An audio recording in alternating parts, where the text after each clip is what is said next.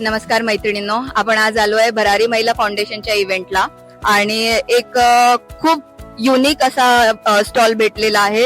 खूप क्यूटचा स्टॉल भेटला आहे जो तुम्हाला दाखवायला मी खूप इच्छुक आहे. तुम्ही नक्कीच बघा, कारण की मला शुअर आहे की तुम्हाला या गोष्टी याच्यातल्या भरपूर आवडतील नक्की. सो मॅडम, तुमचं नाव सांगा आणि तुमच्या बिझनेस बद्दल. हॅलो, मी साधना शिंदे आणि माझा बघू शकता तुम्ही हेअर क्लचेसचा बिझनेस आहे.